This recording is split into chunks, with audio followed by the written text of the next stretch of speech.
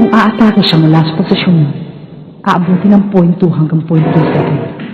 Kaya sa bilis ng pangyayari, wala nang nagawa ang aming pinuno.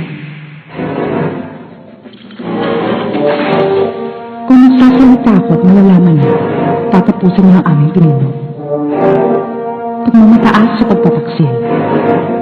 Hindi, masyado na ako nag-iisip. Paco, Ha? hindi ko dapat nag-iisip na kung ng bagay. Tama. Pinuno, natitiyak kong kailangan ka pa rin ng ating grupo. Wala akong pakialam. Kahit ito pagtataksil ng spider.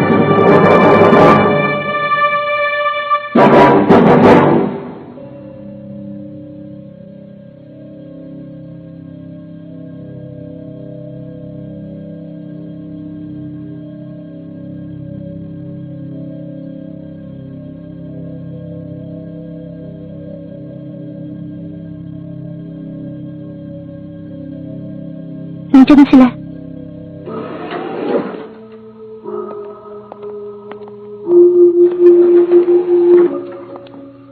Ipaliwanag yung ang nangyari. Biglang nawala ng ilaw. Nawalan lang ng ilaw, nawala na ang pinuno. Yung mahilig sa kadena. Meron siyang mensahe para kay Paco. Ito. Tatapusin ko to pag binulgar mo ang alaala ng dalawang yan. Bakit hindi niyo agad sila hinaboy? Hawak naman natin tong dalawang bata. Ano ba yun? Meron siyang mga kasama na may abilidad kagaya ng professional hunter. Kung titignan natin ang kakayahan sa pakikipaglaban, halos ganun din ang mga batang to. Anong halos? Professional hunter ako. Ngayon, Hindi mo ba naiintindihan ang ibig kong sabihin? Habang hawak ng pinuno, pwede natin gawing hostage ang dalawang yan. Habang nandito sila sa ating kamay, siguradong gagawa ng paraan yung mahilig sa kadena para makausap tayo. Yun ang pagkakataon natin para mabawi natin sa kanilang ating pinuno. tapos, Ano bang tapos? Kapag pinabayaan nating makatakas sa mga batang yan, siguradong tapos na ang laro. Malamang kaya walang magawa ang pinuno, dahil dun sa kadenang tumapos kay Ubo. Siguradong mahihirapan siyang tumakas. Ba't wala kayong nagawa? Hindi nga ba? Nagkaroon ng blackout!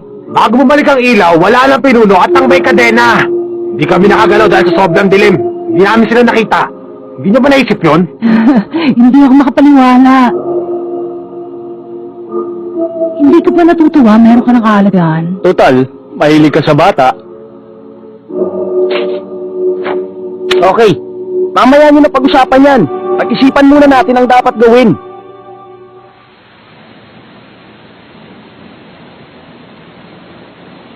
Magandang ginawa ni Senritsu.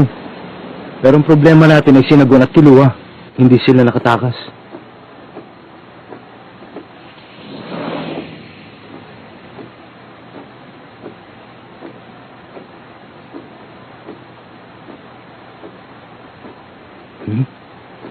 Huwag kang mag-alala. Yung ibang iniwan nating kalaban doon ay masama ang tama. Hindi sila makakagalaw hanggat wala ang kanilang kasama.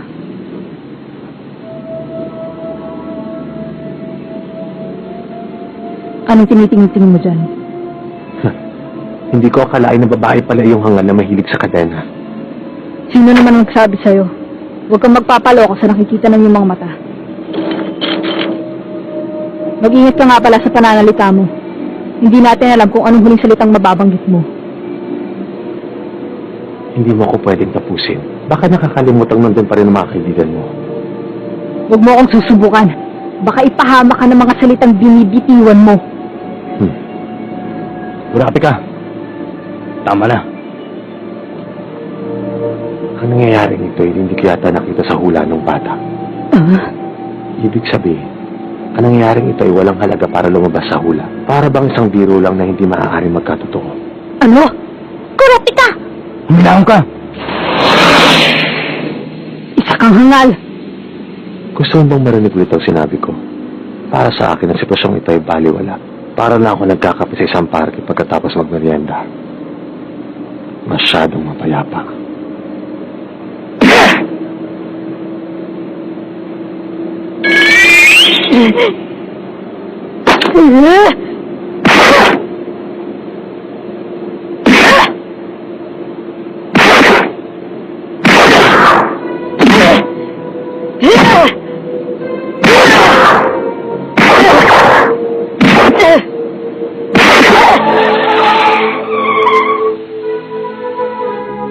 Kapag napatay mo ang taong yan,